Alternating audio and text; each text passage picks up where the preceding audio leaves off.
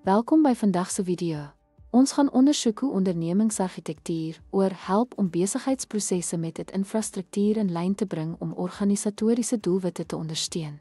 Kom ons delf in oor se strategiese rol in die koppeling van besigheidsbehoeftes met effektiewe oplossings. Ondernemingargitektuur, belyn dit met besigheidsdoelwitte, soos as 'n bank wat gebruik om digitale bankdienste te verbeter en 'n kleinhandelketting wat omnikanaal-verkope ondersteun. Dit optimaliseer hulpbronne deur oortolligheid uit te skakel, soos 'n onderneming wat duplikaat kliëntdata verwyder of 'n gesondheidsorgverskaffer wat pasiëntrekords verenig.